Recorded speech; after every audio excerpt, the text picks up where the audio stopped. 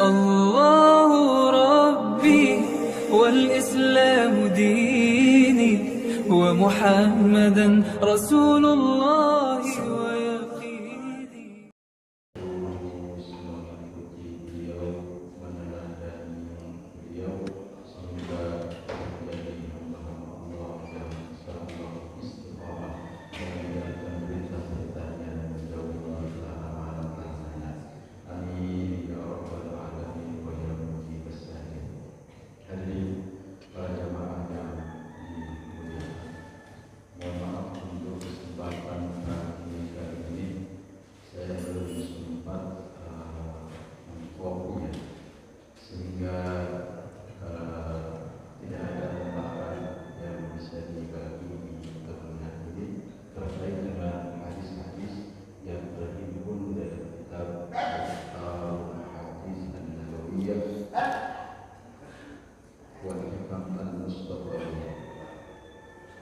Mudah-mudahan karena hari ini atau pagi ini tidak ada lembaran yang dibagikan. Kalau biasanya kita bahas hanya satu atau dua hadis, mudah-mudahan di kesempatan pagi hari ini kita bisa membahas lebih dari dua hadis, bisa sampai 3 bahkan 4 hadis. Mudah-mudahan karena tidak terbatas dengan hadirin yang dirahmati Allah Subhanahu wa taala. Sebelum nanti kita membahas tentang hadis-hadis Rasulullah sallallahu alaihi wasallam, saya ingin memberi pengantar terkait dengan kemudahan yang ada di dalam agama kita, agama Islam, agama yang dibawa oleh Rasulullah sallallahu alaihi wasallam untuk seluruh umat manusia hingga hari kiamat.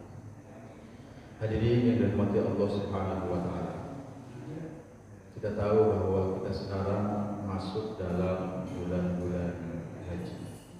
Zulqa'dahnya sudah tanggal berapa?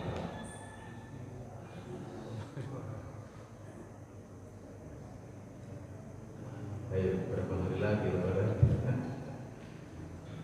Masya Allah. Yang jelas bulan Syawal, bulan Zulqa'dah dan bulan Zulhijjah itu adalah bulan-bulan haji. Bulan-bulan haji. Kalau tidak salah itu lebaran itu Jumat besok, Jumat banyak lagi. Jadi kira-kira kurang dari dua pekan lagi, kurang dari 2 pekan. Jika tidak meleset, maka kemudian Idul Adha di tahun ini itu akan bersamaan dengan hari Jumat, akan bersamaan dengan hari Jumat. Jika tidak meleset, oleh karena itu berarti ada 2 hari raya bertemu, yaitu hari raya Idul Adha dan hari Jumat. Karena hari Jumat itu memang adalah salah satu hari raya bagi umat Islam. Maka para ulama sejak dari dulu mengatakan bahwa hari raya di dalam agama Islam itu ada 3. Hari raya di dalam agama Islam ada 3. Yang 2 itu adalah Idul Fitri dan Idul Adha. Berarti ini siklusnya tahunan, setiap tahun. Yang satu lagi, yang ketiga, yang terakhir itu siklusnya adalah mingguan, yang tidak lain adalah hari Jumat. Maka nanti kalau betul Idul Adha-nya itu hari Jumat, nanti dinamai hari raya dengan Al-Idul Akbar, hari raya besar. Karena dalam waktu yang bersamaan terdapat 2 hari raya yang diperingati oleh umat Islam, sehingga hajinya juga disebut dengan Haji Akbar. Itu haji akbar. Hadirin yang dirahmati Allah Subhanahu wa taala. Untuk menunjukkan bahwa agama Islam itu adalah agama yang mudah, agama yang dapat dijalankan oleh seluruh umat manusia, mari kita perhatikan misalnya dalam syariat ibadah haji. Bagaimana jadinya seandainya Allah Subhanahu wa taala mewajibkan ibadah haji itu bagi seluruh kaum muslimin, bagi seluruh umat Islam, baik yang mampu ataupun tidak mampu. Yang mampu dan tidak diwajibkan berhaji oleh Allah Subhanahu wa taala. jika hal tersebut sampai diputuskan oleh Allah Subhanahu wa taala melalui Rasulnya, maka ini sangat-sangat memberatkan. Maka dari itu kewajiban haji hanya diwajibkan bagi mereka-mereka yang mampu. Walillahi 'alan nasi hajjul baiti man istata'a ilaihi sabila. Kata kuncinya adalah di kata atau kalimat man istata'a ilaihi sabila. Jadi haji itu wajib bagi mereka yang mampu. Maka kalau yang tidak mampu berarti tidak berkewajiban untuk melaksanakan ibadah haji. Itu yang pertama. Terus yang menunjukkan bahwa syariat ini mudah juga, ternyata haji itu tidak diwajibkan oleh Allah Subhanahu wa taala setiap tahun, tapi diwajibkan sekali seumur hidup. Maka ini memudahkan. Seandainya haji ini diwajibkan setiap tahun, maka siapa yang mampu melaksanakannya? Dulu Rasulullah SAW dalam hadis yang sahih diriwayatkan oleh Abu Hurairah pernah berkhutbah. Beliau bersabda, ayuhan nas, wahai manusia, qad faradallahu alaikumul hajj. Allah Subhanahu wa taala telah mewajibkan ibadah haji. Fahujju, maka berhajilah. Lalu ketika Nabi berkhutbah bersabda seperti itu, ada salah satu sahabat Rasulullah SAW yang memiliki ghirah. Ghirah itu berarti adalah keinginan yang kuat untuk menjalankan ibadah kepada Allah Subhanahu wa taala. Memiliki ghirah yang kuat, bertanya kepada Rasulullah SAW, "Aqullah amin ya Rasulullah, ya Rasul, apakah ibadah haji ini diwajibkan bagi kami setiap tahun?" Apakah Rasulullah menjawab? Dia diam, tidak menjawab.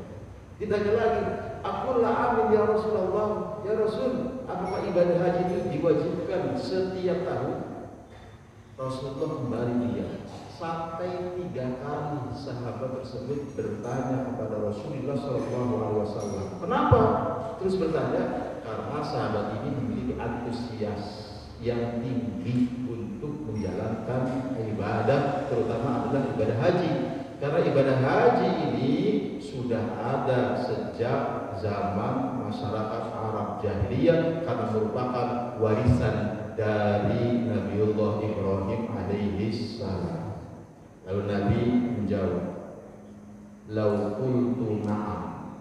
Seandainya saya menjawab iya bahwa haji itu diwajibkan setiap tahun, la wajib, maka pasti itu akan menjadi kewajiban yang ditetapkan oleh Allah Subhanahu wa taala, wala mastata'tum, dan pasti kalian tidak akan sanggup melaksanakannya. Ayo Pak, tunjuk tangan siapa yang sanggup di antara kita untuk melaksanakan ibadah haji setiap tahun. Siapa yang sanggup? Seumur hidup sekali saja, Masya Allah, Subhanallah. Antrian sudah berapa tahun Pak? Lebih dari 10 tahun. Jadi Rasulullah SAW itu adalah tipikal pemimpin yang visioner, yang cara pandangnya sangat-sangat jauh.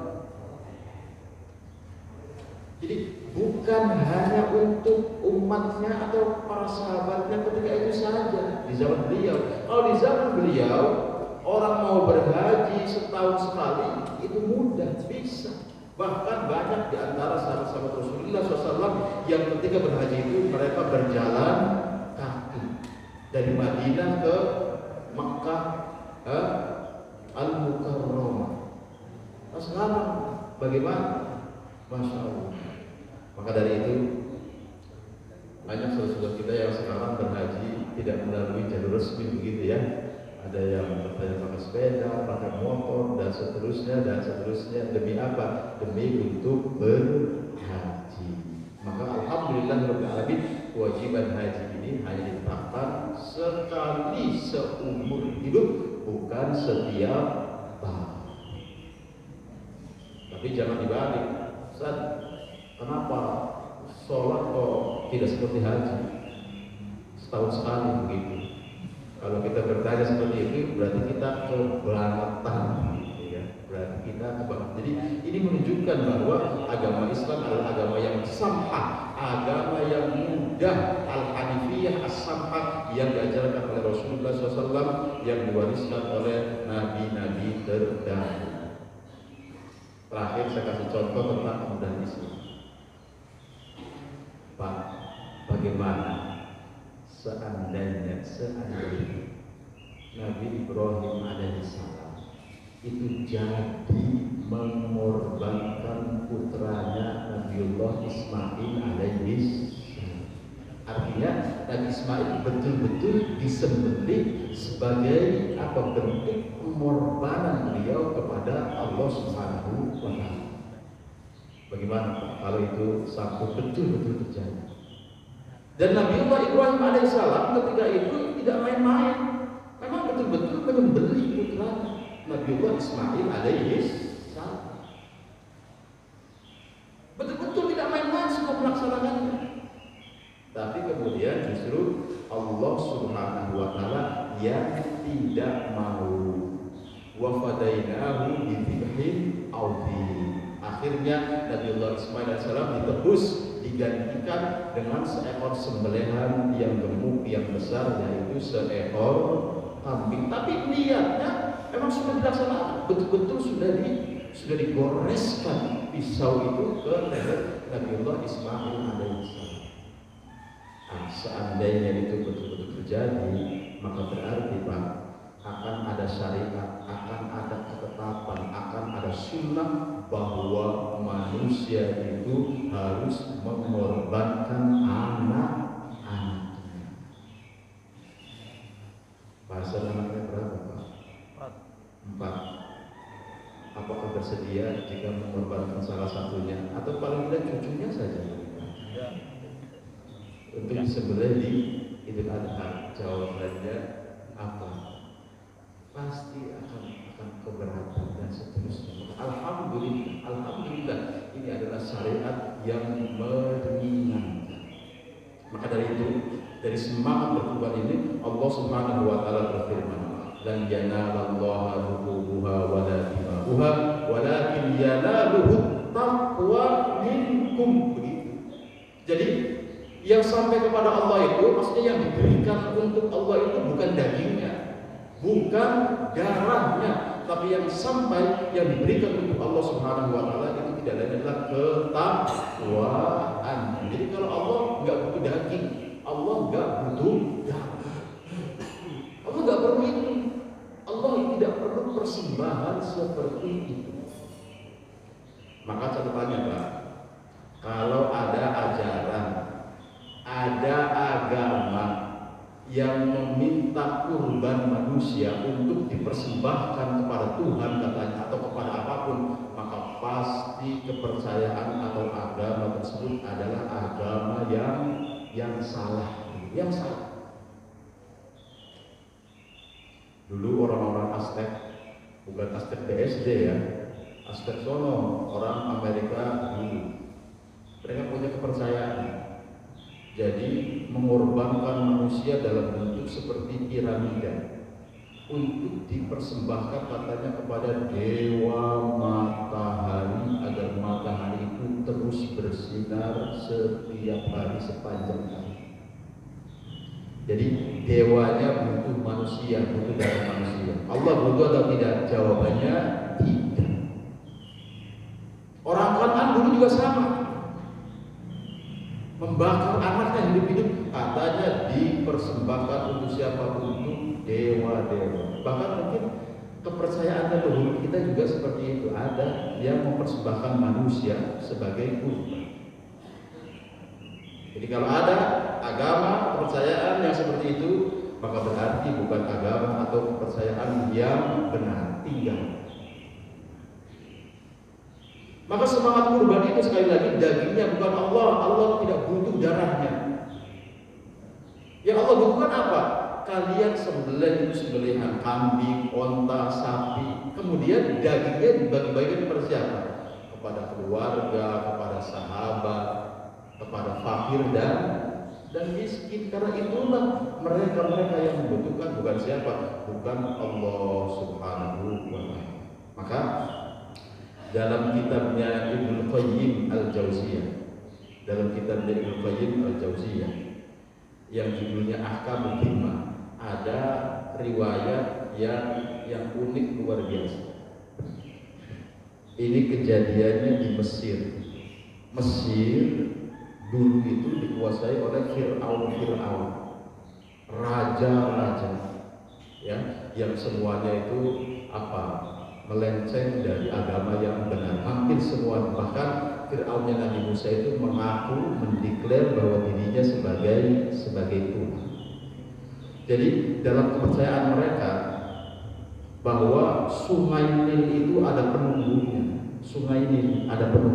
Setiap tahun itu harus diberikan persembahan. Siapa yang dipersembahkan? Yaitu seorang anak gadis. Jadi anak gadis setiap tahun dilempar kemana? Ke Sungai Nil. Apa tujuannya? Tujuannya adalah agar Sungai Nil sepanjang tahun itu bisa mengalir. Kita tahu Sungai Nil itu adalah sungai terpanjang di dunia yang melewati beberapa negara, dan akhirnya itu adalah Mesir. Ketika Mesir ditaklukkan oleh Amr bin As, orang sana yang kepercayaannya masih seperti nenek moyangnya itu mengatakan bahwa sekarang saatnya harus dilakukan persembahan. Seorang anak gadis harus dipilih, kemudian dilemparkan ke Sungai Nil tersebut. Amr bin As sebagai sahabat Rasulullah SAW yang hatinya dipenuhi dengan tauhid menolak hal tersebut. Beliau menolak. Tapi kemudian masyarakat di sana bergolak.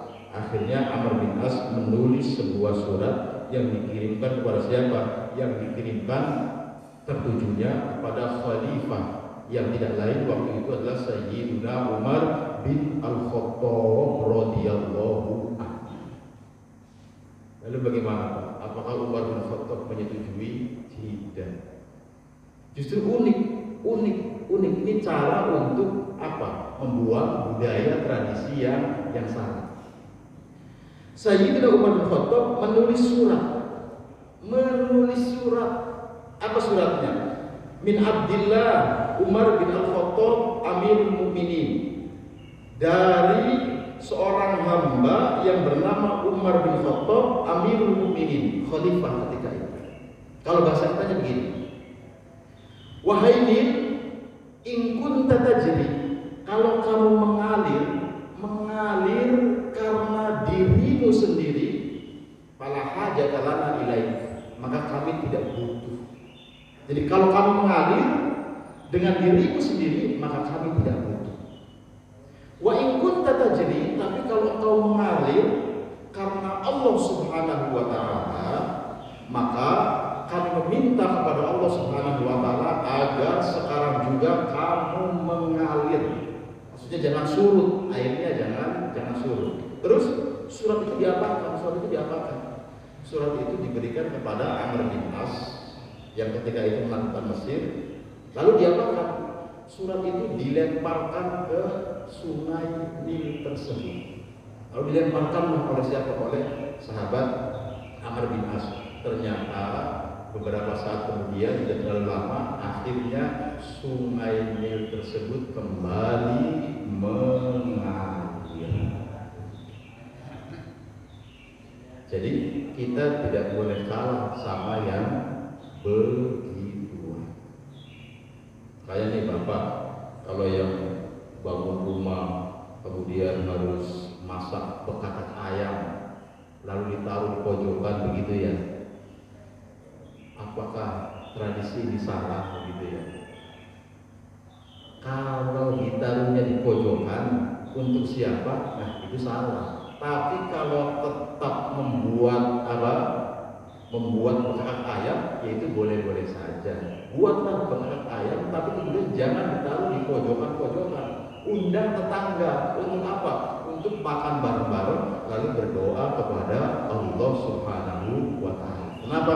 Karena sekali lagi yang sampai kepada Allah itu bukan dagingnya, bukan darahnya, tapi yang sampai kepada Allah Subhanahu wa taala adalah niatnya, ketulusannya, ketakwaannya kepada Allah Subhanahu wa taala. Jadi alhamdulillahirabbil alamin, alhamdulillah kita memiliki agama yang samha, agama yang mudah, yang luar biasa, yang disampaikan oleh Rasulullah Shallallahu Alaihi Wasallam. Hadirin yang dirahmati Allah Subhanahu Wa Taala, itu sebagai pembuka ya. Mudah-mudahan sampai dengan waktu syuruk nanti kita tetap semangat untuk mengkaji, mempelajari hadis-hadis Rasulullah Shallallahu Alaihi Wasallam. Nah, sekarang kita bahas hadisnya satu persatu. Kalau tidak bisa 4, ya 3. Kalau tidak bisa 3, ya 2. Kalau tidak bisa 2, ya 1. Hadis pertama yang akan kita bahas, kita insya Allah sudah sampai pada hadis yang ke-41. Kalau perlu cepat, kita jelaskan dengan cepat. Nanti kalau harus lebih dalam, berarti kita berdalam. Hadisnya adalah ahabbu buyutikum ilallahi baitun fihi yatimun mukram. Kata Rasul, rumah yang paling dicintai oleh Allah Subhanahu wa taala adalah rumah yang di dalamnya ada anak yatim yang dimuliakan. Terkait dengan anak yatim, alhamdulillah pada kesempatan yang lalu kita sudah pernah jelaskan. Jadi rumah yang paling dicintai oleh Allah Subhanahu wa taala adalah rumah yang di dalamnya ada anak yatim yang dimuliakan. Makanya Pak, ada amalannya dari kiai tertentu. Tapi menurut saya amalannya tidak salah. Jadi kalau kita katanya ingin mulia, ingin lancar rezekinya, siapa di antara kita yang tidak ingin lancar rezekinya? Maka carilah, asuhlah anak-anak yatim, terutama yatim kurung. Pertanyaannya, yatim kurung itu yatim seperti apa? Pernah dengar istilah itu Pak? Yatim kurung. Yatim kurung. Saya cari di Google itu ya. Yatim kurung itu apa begitu? Ternyata tidak ada, tidak ketemu. Akhirnya saya bertanya kepada orang yang mendapatkan amanah tersebut. Jadi yatim kurung itu adalah yatim yang seperti Nabi Muhammad Sallallahu Alaihi Wasallam. Maksudnya apa? Maksudnya anak yatim yang sudah ditinggal oleh bapaknya sejak dalam kandungan. Katanya begitu. Ya sebetulnya kalau bagi kita anak yatim yang bagaimanapun selain istrinya yatim dan perlu dibantu, maka itu perlu dibantu. Tapi itu ada amalan khusus katanya begitu. Jadi santunilah anak-anak yatim, terutama yatim kurung begitu. Ada Pak di sekitaran kita yang kategorinya yatim kurung begitu. Jadi bapaknya sudah meninggal dunia ketika dia masih di dalam kandungan. Ya susah nyarinya ya. Yang paling banyak, paling gampang adalah yatim yang sudah tua begitu ya. Kalau yatim yang sudah tua itu banyak, Tapi kalau sudah dewasa ya tidak disebut yatim lagi. Yatim itu yang masih di bawah umur. Hadirin dirahmati Allah Subhanahu wa taala. Terkait dengan masalah yatim ini atau yatim ini, mari sejenak kita perhatikan surat At-Duha. Jadi dalam surat At-Duha itu Allah berbicara tentang Nabi kita dan Muhammad SAW yang statusnya itu yatim. Jadi ada 3 anugerah yang diberikan oleh Allah Subhanahu wa taala di dalam surat At-Duha. Anugerah ini diberikan oleh Allah kepada Nabi Muhammad. Maka dari ketiga anugerah ini akhirnya Nabi Muhammad SAW diperintahkan untuk melakukan 3 hal. Jadi ada 3 anugerah yang diberikan oleh Allah kepada Nabi Muhammad di dalam surat At-Duha. di mana melalui 3 anugerah ini akhirnya Nabi Muhammad diperintahkan untuk melakukan 3 hal. Apa 3 anugerah tersebut, Pak? Kita baca. Tadi dibaca tidak di dalam sholat. Alam Nasrah ya, tidak dibaca. Kita baca. Wadduha, terus walaili idza saja. Ma wadda'aka rabbuka wa ma qala. Walal akhiratu khairul laka minal ula. Terus wala sawfa yu'tika rabbuka fatarda. Mulai 3 anugerah ini. Yang pertama, alam yajidka yatiman fa'awa. Yang kedua, wa wajadaka dhallan fahada. Terus yang ketiga, wa wajadaka a'ilan fa'aghna. Ini 3 anugerah yang diberikan oleh Allah Subhanahu wa taala kepada Nabi Muhammad. Alam yajidka yatiman fa'awa. Kalau bahasa kita, hai Muhammad, dulu kamu yatim, tapi kamu diasuh, dididik, dibesarkan secara langsung oleh Allah Subhanahu wa taala. Jadi meskipun yatim, Nabi Muhammad diberi anugerah, yaitu pengasuhan yang luar biasa oleh Allah Subhanahu wa taala, sehingga pasca ayahnya meninggal, beliau langsung diasuh oleh kakeknya Abdul Muthalib, lalu dilanjutkan oleh pamannya yaitu Abu Thalib dan seterusnya. Jadi yang pertama, Nabi Muhammad dulu yatim, tapi kemudian dipelihara, dijaga, diasuh oleh Allah Subhanahu wa taala. Ini anugerah yang pertama. Anugerah yang kedua apa? Wa wajadaka dhallan fahada. Dulu Nabi itu pernah tersesat, lalu diberi hidayah petunjuk oleh Allah Subhanahu wa taala. Pak, memaknai ayat ini jangan secara literal atau letterlek. Kalau secara bahasa, wa wajadaka dhallan fahada. Dan engkau dulu ya Muhammad, Allah mendapatimu itu dhallan tersesat. Lalu setelah itu Allah memberikan hidayah petunjuk. Pertanyaannya, apakah Nabi yang tersesat itu adalah yang dulu banyak maksiat, mabuk-mabukan, berjudi dan seterusnya? Sama sekali tidak, karena Nabi itu maksud. Maka ada seorang dai pendakwah yang kemungkinannya dia itu hanya membaca terjemahannya. Lalu ketika memotivasi jamaahnya, di mana jamaahnya itu asalnya adalah preman, asalnya adalah anak nakal, anak pang dan seterusnya, dia berkata begini, jangan takut untuk bertaubat, walaupun dulu kita tersesat. Kenapa? Karena Nabi Muhammad saja dulu tersesat, lalu kemudian diberi hidayah oleh Allah Subhanahu wa taala. Makna dhallan fahada di sini, Nabi yang katanya awal tersesat lalu diberi hidayah petunjuk oleh Allah, itu bukan seperti itu. Menurut Ibnu Abbas, karena ini Al-Quran, maka yang menafsirkan adalah harus para sahabat. Kata Ibnu Abbas, dulu Nabi itu waktu kecil pernah tersesat di salah satu jalan yang ada di Makkah. Namanya anak kecil itu seringkali tidak tahu jalan. Nah, ketika Nabi tersesat dalam kondisi seperti itu, lalu Allah Subhanahu wa taala memberikannya hidayah, mengantarkannya pulang ke rumahnya. Siapa Pak di antara kita yang dulu waktu kecil pernah tersesat seperti itu?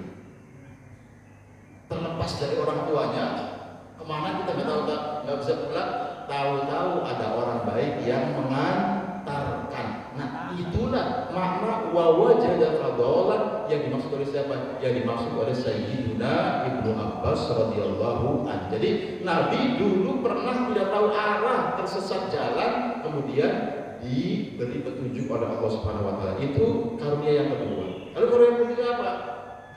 Wa wajadaka a'ilan fa'aghna. Dulu Nabi itu kekurangan, fa'aghna, lalu diberi kecukupan oleh Allah Subhanahu wa taala. Itu 3 anugerah. 1, dulu Nabi yatim, kemudian Nabi dijaga, dipelihara oleh Allah. Dulu Nabi pernah tersesat jalan, lalu kemudian diberikan petunjuk oleh Allah sehingga bisa pulang lagi ke rumahnya. Dan yang ketiga, dulu Nabi itu kekurangan, lalu dicukupkan oleh Allah Subhanahu wa Ta'ala. Atas ketiga nikmat ini, lalu Nabi mendapatkan perintah dari Allah Subhanahu wa Ta'ala. Apa perintahnya, Pak? Perintahnya ayat berikutnya, yaitu apa? Fa'ammal yatima fala taqhar. Oleh karena itu, kalau ketemu sama anak yatim, jangan dihardik. Wa ammas sa'ila fala tanhar. Kalau ketemu orang yang meminta-minta, orang yang bertanya kepada kita, jangan kemudian dibentak. Karena dulu Nabi pernah tersesat jalan. Terus apa? Wa amma bi ni'mati rabbika fahaddis. Hendaknya kalau engkau mendapatkan nikmat, berbagilah terkait dengan nikmat tersebut, baik itu diceritakan ataupun dibagikan kepada yang lain. Jadi 3 nikmat berbanding dengan 3 perintah yang disampaikan oleh Allah Subhanahu wa Ta'ala. Tapi catatannya, jangan kepada semua orang kita bercerita tentang nikmat yang kita dapatkan. Jangan kita bercerita tentang nikmat yang kita dapatkan kepada orang yang benci kepada kita. Kalau itu dilakukan, maka orang tersebut bukannya senang, malah semakin membenci kita. Jadi jangan kepada semua orang, utamanya adalah kepada orang-orang yang mencintai kita. Lalu boleh ceritakan kebaikan nikmat yang kita dapatkan. Juga jangan setiap nikmat kita ceritakan kepada orang-orang yang kita cintai. Jangan setiap nikmat. Karena kalau seluruh nikmat diceritakan, bisa jadi ada sesuatu yang akan terjadi. Biar gak ngantuk, saya mau cerita. Kalau bapak punya istri lagi, itu kira-kira nikmat atau bukan nikmat? Ya nikmat. Kan katanya wa amma bi ni'mati rabbika fahaddis. Kalau dapat nikmat harus diceritakan. Habis nikah lagi, kemudian dia cerita kepada dirinya, Neng, alhamdulillah, AA baru dapat nikmat dari Allah Subhanahu wa Ta'ala yang luar biasa. Apa Pak? Alhamdulillah, Neng, AA menikah lagi dengan gadis dari tetangga sebelah sana. Apa yang terjadi? Jangan pulang.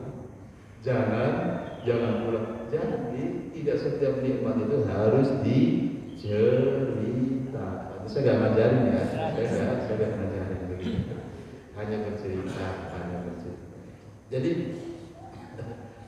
itu ya terkait dengan anak-anak yatim yang disisipkan oleh Allah Subhanahu wa Ta'ala di dalam surat Al-Duha melalui hadis beliau, ahabbu buyutikum ilallahi baitun fihi yatimun mukram, atau anak yatim yang dimuliakan. Masih ada waktu kira-kira 1/4 jam lagi. Hadis yang berikutnya, hadis ke-42. Ahabbullah Ta'ala abdan samhan idza bata. Ini hadisnya ahab, kata Allah. Hamba yang paling dicintai oleh Allah Subhanahu wa Ta'ala adalah seorang hamba yang apabila ba'a itu menjual, berarti apabila berjualan, apabila dia sebagai penjual, sebagai pedagang begitu kan, dia menjadi pedagang yang samhan. Samhan itu artinya mudah. Ada Pak yang punya warung, ada yang jualan. Kata Allah, sebaik-baik hamba adalah hamba yang ketika dia menjual dengan mudah. Bagaimana menjual dengan mudah? Kalau ada pembeli, segera dilayani, jangan lama-lama. Kemudian keuntungannya juga nggak perlu besar-besar, cukuplah yang kecil. Apalagi kalau diberikan atau memberikan diskon, berarti itu apa? Berarti mempermudah ketika dia sebagai penjual. Berikutnya, wasamhan idashtara, kalau beli juga memudahkan, tidak menyulitkan, tidak menawar apa dengan bahasa yang mencekik. Masya Allah. Pak, harga kambing sekarang berapa? Paling murah. Ada yang 2 juta? Ada apa enggak ada? Enggak ada. Paling murah berapa? Berapa? 3 juta? 3 juta lah rata di sini. Kita mau beli kambing. Nawar. Buat saya ya Pak, kambingnya berapa sih berani? Ya 500.000 lah begitu. Kambing 3 juta ditawar 500.000. Itu berarti apa? Kalau dia mau membeli itu bukan samhan, tidak memudahkan, tapi apa? Keterlaluan. Nawar boleh, tapi jangan seperti itu. Karena kalau kambing yang 3 juta ditawar berapa? 500.000, gak usah nawar, gak usah beli, bilang aja Pak minta kambingnya begitu. Minta kambingnya. Kata Rasul begitu. Hamba yang bersejarah Allah yang kalau menjual dia menjual dengan cara yang memudahkan. Kalau dia membeli juga membeli dengan cara yang memudahkan, yang mudah. Berikutnya wasamhan idza qada. Nah, kalau membayar hutang juga membayarnya dengan cara yang mudah, yang baik. Saya tanya Pak, Rasulullah sebagai Nabi, orang yang paling mulia, beliau pernah berhutang atau tidak? Jawabannya pernah beliau berhutang. Tapi bukan seperti orang kita ya, yang beli ini kredit, beli HP kredit, beli motor kredit, semuanya di kredit. Kalau Rasulullah enggak, yang terpaksa saja. Rasulullah SAW ketika beliau berhutang, bagaimana membayarnya? Beliau membayar dengan cara yang baik.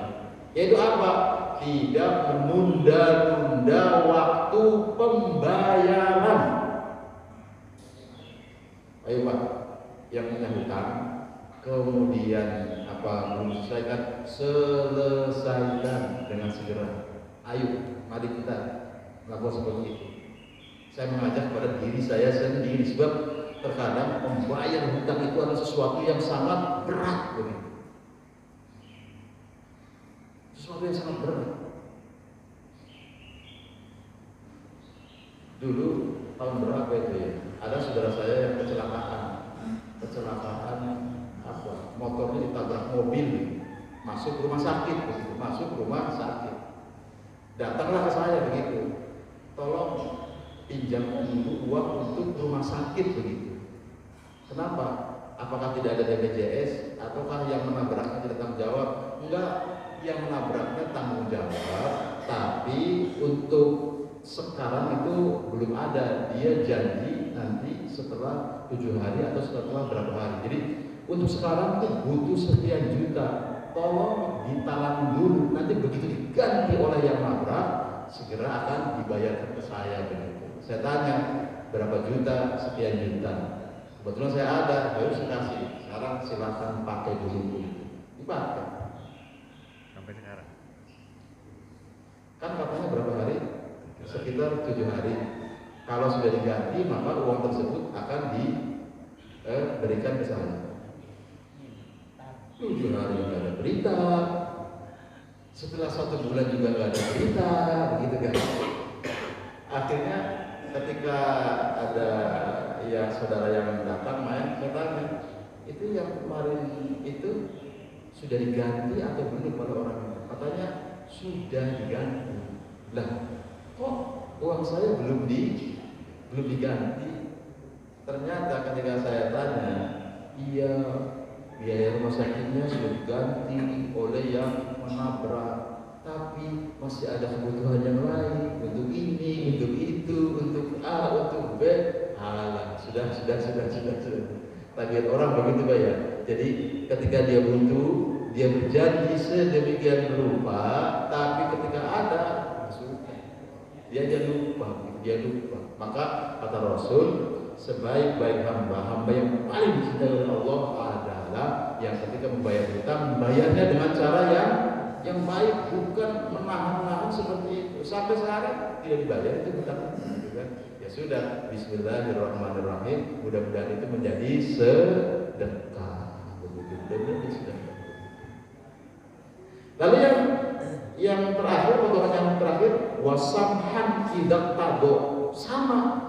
Kalau tadi membayar, sekarang kalau menagih. Kalau menagih, menuntut juga harus dengan cara yang baik. Gak usah pakai debt collector begitu. Akhirnya ribut di jalan-jalan dan seterusnya. Ini adalah ajaran Islam yang sangat luar biasa. Tapi memang hadirin kepada Allah Subhanahu wa taala, orang kita itu ya tadi seperti tadi.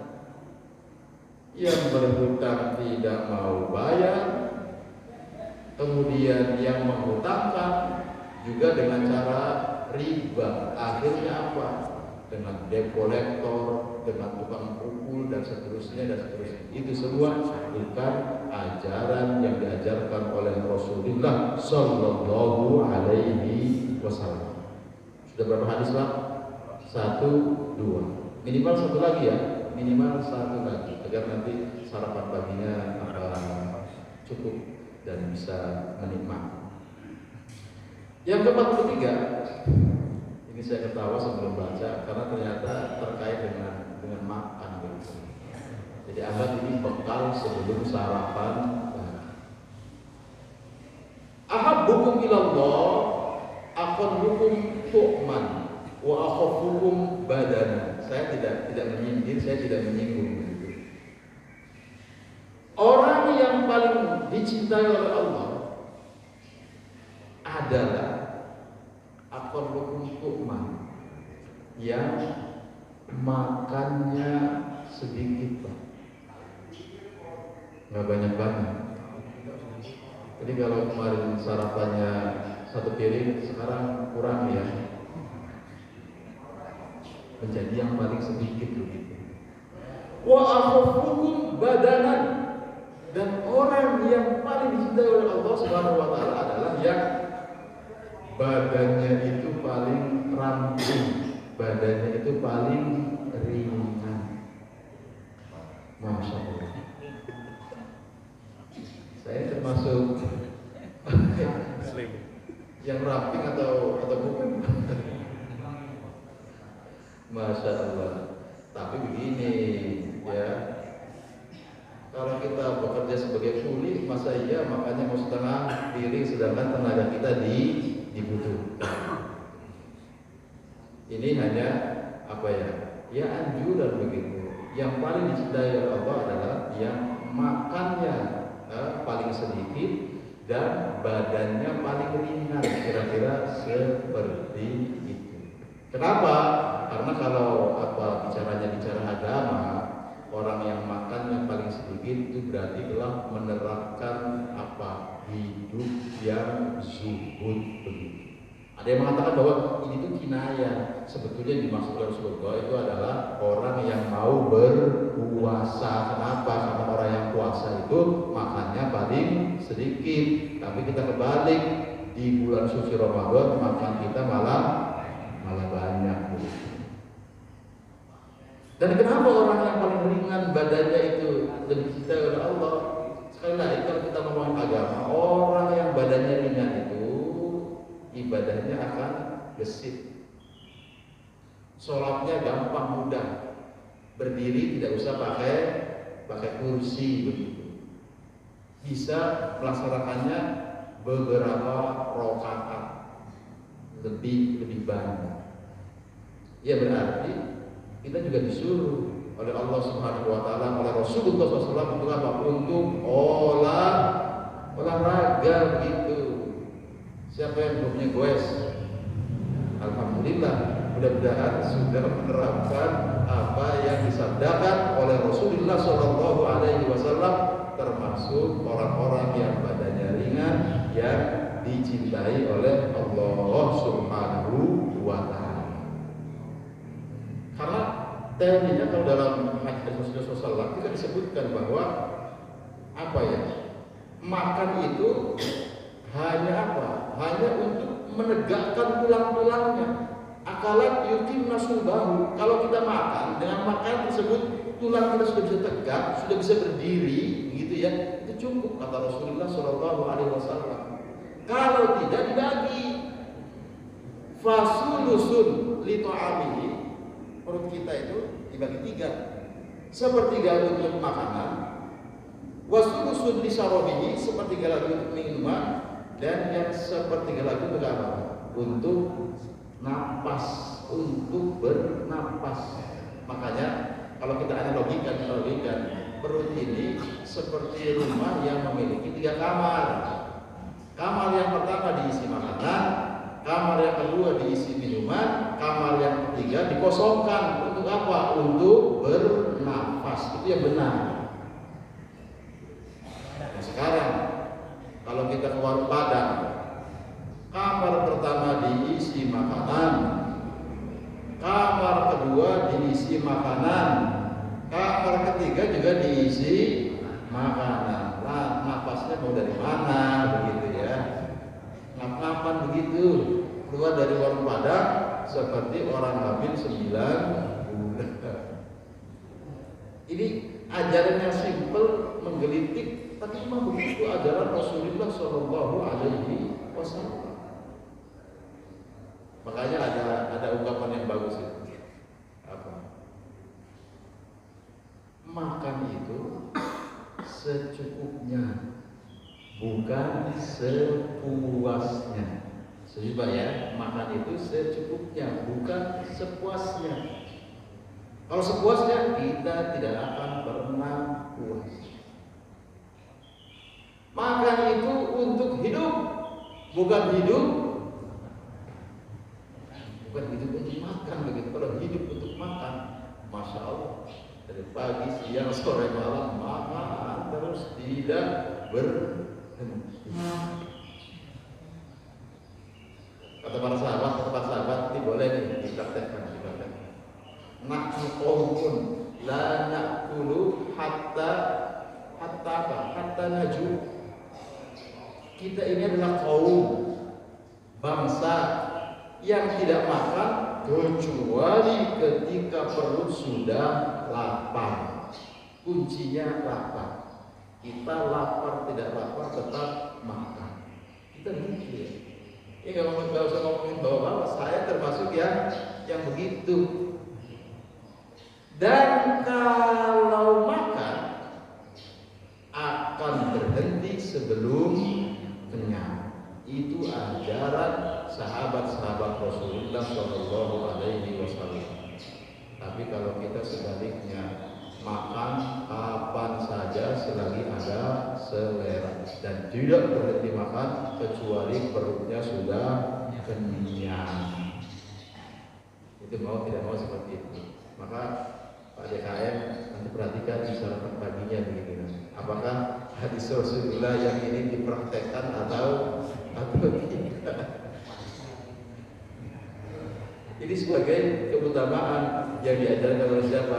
Yang diajarkan oleh Rasulullah Sallallahu Alaihi Wasallam. Rasulullah Sallallahu Alaihi Wasallam. Makanya ada para ulama yang ditanya, apakah itu zuhud?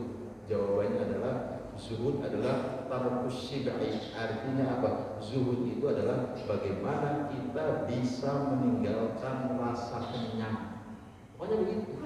Ya berarti bisa dengan puasa, bisa juga dengan mengurangi makanan yang kita makan. Dan kalau kita bisa seperti itu, sepertiga untuk makanan, sepertiga untuk minuman, lalu sepertiga dikosongkan untuk napas, insya Allah kita sehat terus. Amin ya Rabbal Alamin. Jangan jadikan perut kita seperti gudang serbaguna. Semuanya dimasukkan. Pagi sudah makan pisang, sudah makan singkong rebus, sudah makan jagung rebus, tapi katanya apa? Belum sarapan. Kenapa? Belum makan nasi uduk. siang sudah makan roti 5 biji, katanya apa? Belum makan siang. Kenapa? Karena belum makan nasi padang.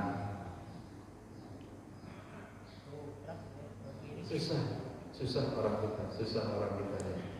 Walaupun memakan makanan yang halal itu diperbolehkan oleh Allah Subhanahu wa Ta'ala. Itu hadis yang keberapa? Hadis yang ketiga. Tanggunglah satu lagi ya, tanggung satu lagi. Ahibbul Arab li salasin li'anni Arabiyyun wal Qur'anu Arabiyyun wa kalam ahli jannah Arabiyyun. Wa kalamu ahli jannati fil jannati arabiyyun. Apa maknanya? Begini Mas, kata Rasul, cintailah orang Arab itu karena 3 hal. Jadi kita diminta untuk mencintai orang Arab. Cintai orang Arab itu karena 3 hal. Yang pertama, li'anni arabiyyun, karena Rasulullah itu adalah orang Arab, bukan orang Jombang, bukan. Yang kedua, wal Qur'anu Arabiyyun, karena Quran itu berbahasa Arab. Dan yang ketiga, wa kalamu ahli jannati fil jannati Arabiyyun, karena bahasa surga nanti berdasarkan hadis ini itu tidak lain adalah bahasa Arab. Walaupun hadis ini ada yang menganggapnya dhaif, tapi karena ini termasuk fadhailul amal, ya tidak masalah. Justru ini ada keterangannya dari Rasulullah Shallallahu Alaihi Wasallam. Tapi hadis ini tidak mengajarkan kesenjangan. Berarti orang Arab itu harus dicintai, harus dimuliakan melebihi orang Ajam, melebihi orang Arab. Enggak. Kata Rasul, cintai orang Arab karena 3 hal. Karena saya orang Arab, maksudnya beliau adalah orang Arab yang paling adil, begitu. Karena bahasa Quran adalah bahasa Arab, bahasa mereka. Karena bahasa penduduk surga adalah bahasa Arab. Artinya apa? Cinta di sini adalah cinta yang proporsional, bukan kemudian cinta yang membagi buta, cinta yang tidak adil. Sama. Kalau orang Arab salah, ya juga harus dihukum begitu. Karena Rasulullah dalam khutbatul wada dia bersabda, la fadla li arabiyyin wala ajamiyyin. Gak ada beda antara orang Arab dan orang Ajam. Yang membedakan itu apa? Yang membedakan adalah ketakwaannya kepada Allah Subhanahu wa Ta'ala. Begitu.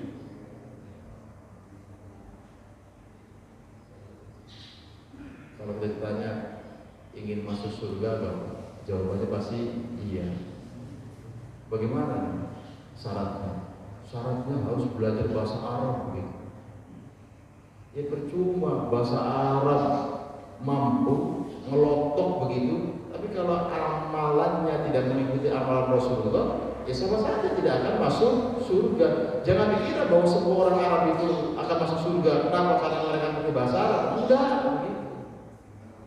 Justru orang Cilalung yang mengikuti nabinya Nabi Muhammad SAW, meskipun tidak pandai berbahasa Arab, insya Allah akan masuk surga. Iya. Dan kalau masuk surga nggak usah bingung. Nanti bagaimana ya? Saya sama bercakap-cakap begitu kan. Bagaimana saya bertanya kepada malaikat begitu kan? Saya kan nggak ngerti bahasa Arab. Atas siapa Bapak nggak ngerti bahasa Arab? Kalau ada malaikat nanti di sana Pak, tanya saja, Assalamualaikum. Pasti malaikat itu akan menjawab, Waalaikumsalam warahmatullahi wabarakatuh. Itu bahasa apa Pak? Itu bahasa Arab. Lalu kalau bingung mau tanya ke malaikat, tanya saja, piye kabarnya Thomas, begitu kan? Nanti malaikat akan menjawab apa? Alhamdulillah anabi khair. Alhamdulillah kabarnya apik begitu. Lalu malaikat bisa bahasa Jawa begitu kan? Untuk bahasa jangan dipermasalahkan. Di dunia saja ada Google Translate begitu ya. Di dunia sekarang ada Google Translate, apalagi di akhirat begitu. Maka tidak usah khusus bahasa Arab agar menjadi orang yang pandai berbahasa Arab dengan tujuan agar masuk surga. Itu salah besar. Kalau belajar bahasa Arab tujuannya untuk mempelajari Al-Quran, itu luar biasa, karena Al-Quran adalah kitabullah, kitab Rasul, kitabullah, kitab yang diturunkan oleh Allah, yang diturunkan kepada Nabi kita Nabi Muhammad Sallallahu Alaihi Wasallam. Jadi mulai saat ini berdasarkan hadis ini, ahibbul Arab li thalathin, anni Arabiyyun wa Qur'anu Arabiyyun wa kalamu ahli jannati fil jannati Arabiyyun. Stop. Jangan ada lagi bahasa apa, dasar kadrun. Kadrun itu apa? Dasar cebong, masuk. Udah, hentikan ya. Itu adalah sentimen negatif yang tidak baik. Semua orang akan dimuliakan oleh Allah Subhanahu wa taala kalau dia bertakwa kepada Allah Subhanahu wa taala. Alhamdulillahirabbil alamin. Insyaallah sudah syuruk. Oleh karena itu, mari kita sempurnakan dengan bersama-sama berdoa kepada Allah Subhanahu wa taala. Ala hadhihi al-Fatihah. A'udzu billahi minasyaitonir rajim. Bismillahirrahmanirrahim. Alhamdulillahirabbil alamin. Arrahmanir rahim. Maliki yaumiddin. Ihdinas siratal mustaqim. Siratal ladzina an'amta 'alaihim ghairil maghdubi 'alaihim. Alhamdulillahirabbil alamin. Hamdan syakirin, hamdan naimin, hamdan yuwafi ni'amahu wa yukafi mazidah. Ya rabbana hamdu kama yanbaghi li jalali wajhikal karim wa 'azimi sultanik. Allahumma a'inna ala dzikrika wa syukrika wa husni ibadatik. Allahumma ighfir lana wa liwalidina warhamhum kama rabbawna shighara. Allahumma rabbana hab lana min azwajina wa dhurriyyatina qurrata a'yun waj'alna lil muttaqina imama. Allahumma ansurna, Allahumma anfa'na, Allahumma astaghfirna. Rabbana atina fid dunya hasanah wa fil akhirati hasanah wa qina adzabannar. Subhana rabbika rabbil izzati amma yasifun wa salamun alal mursalin walhamdulillahi rabbil alamin. Terima kasih. Maaf atas segala kekurangan. Wabillahi taufiq. Assalamualaikum warahmatullahi wabarakatuh.